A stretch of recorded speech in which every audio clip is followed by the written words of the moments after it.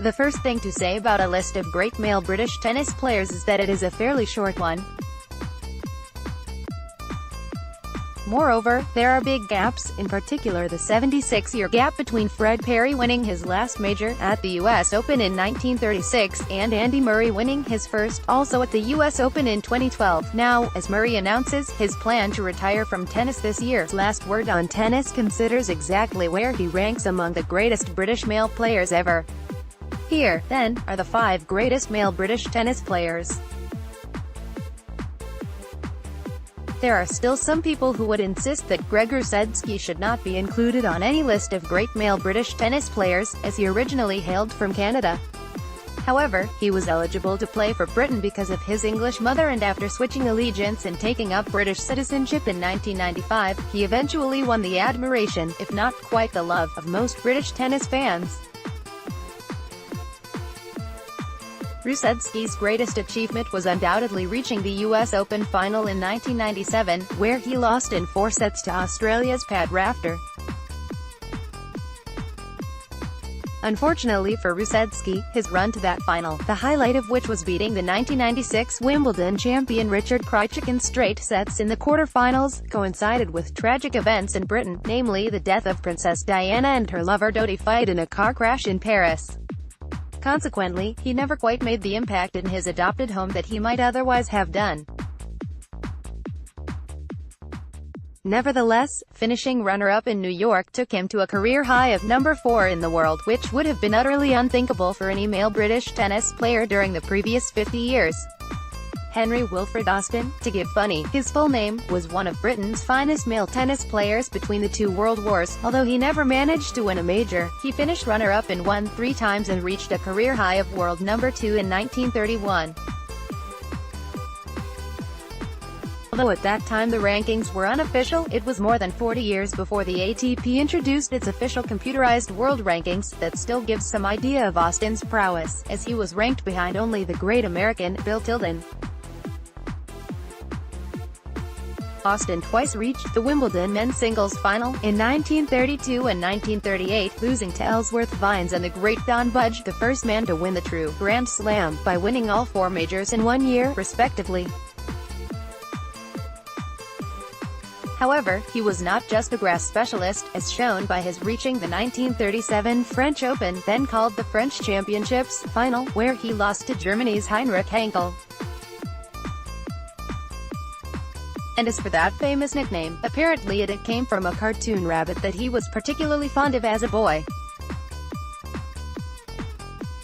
Like Greg Rusedski and Bunny Austin, Tim Henman never won a major title.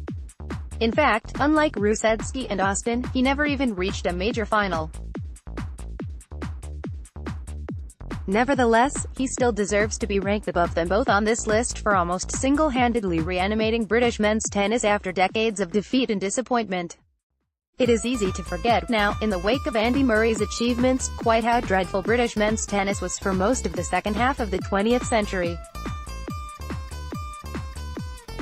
There were the occasional, isolated achievements, such as when John Lloyd reached the Australian Open final in 1977 and lost a thrilling 5-set match to America's Vitas Gerulaitis. Lloyd came from 2 sets down to square the match at 2 sets all, before losing the 5th set 6-2.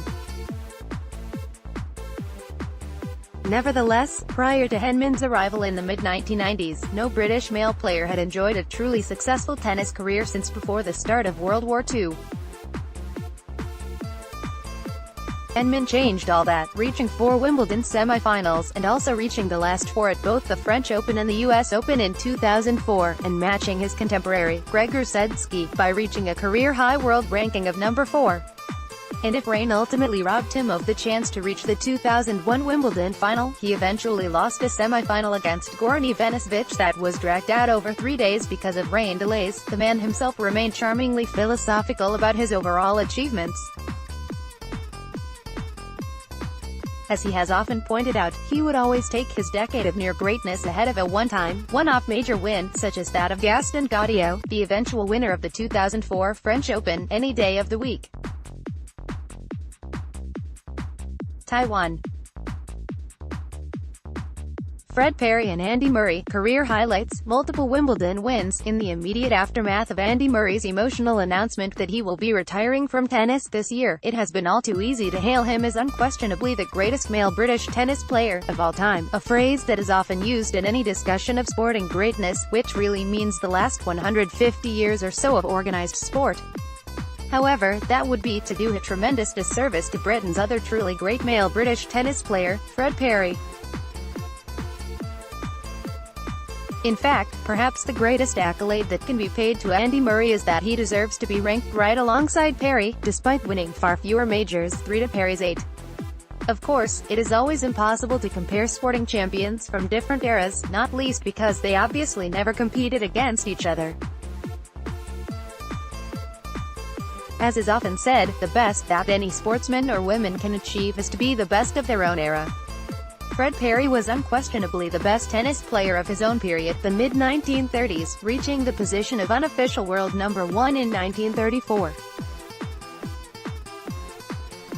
Perry, of course, also reached world number 1, after his phenomenal run at the end of 2016, and if he could not stay there for as long as Davis did, well, Davis was not competing against the 3 men who are now deservedly regarded as the 3 greatest male players ever, namely Federer, Nadal and Djokovic. Ultimately, it was at Wimbledon, the greatest and most historic tennis tournament in the world, that both men forged their stellar reputations. Perry won the Wimbledon men's singles title 3 times in a row between 1934 and 1936, and if Murray could not quite match that hat-trick, he still won Wimbledon twice, in 2013 and 2016. And of course Murray was always playing, as it were, in Perry's shadow.